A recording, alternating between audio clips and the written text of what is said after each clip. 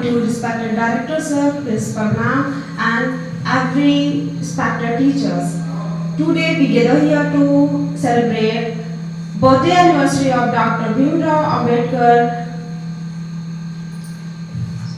a day dedicated to equality, justice and knowledge. Born on April 14, 1891 in Mahur, Madhya Pradesh, Dr. Bhimrao arose from humble beginnings to become one of the most prominent leaders of modern India.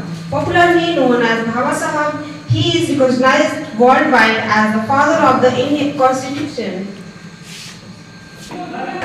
As the chairman of the drafting committee, he ensured that our constitution guaranteed fundamental rights to every citizen, fighting fiercely against caste discrimination and injustice. His message to us is to educate, educate and organize. This means we must learn, fight against injustice and came together to build a better society. Celebrate his legacy, let's honor him by prompting to follow his path of knowledge, equality and dignity for all. Thank you. Jai Bhim, Jai Bharat.